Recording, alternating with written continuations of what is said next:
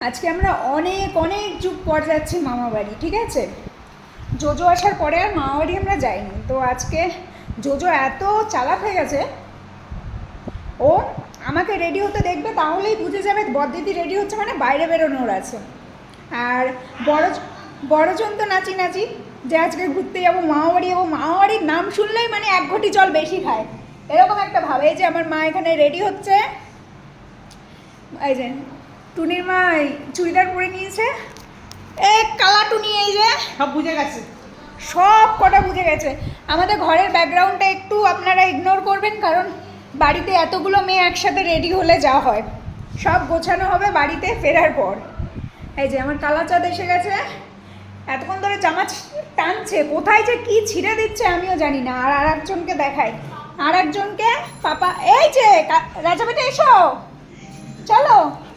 এই যে আমার রাজা বেটা বেল্ট পরে রেডি, ছোটজনকে বেল্ট দেবো না কারণ ও কোলে যাবে, ওকে তো কোথাও নামাবো না। বড়জন এই যে সবাই রেডি, আমরা মামা বাড়ি যাওয়ার জন্য আমরা সবাই রেডি হচ্ছি। তো মামা বাড়ি যাই, তারপরে নতুন নতুন ভিডিও আপলোড করছি।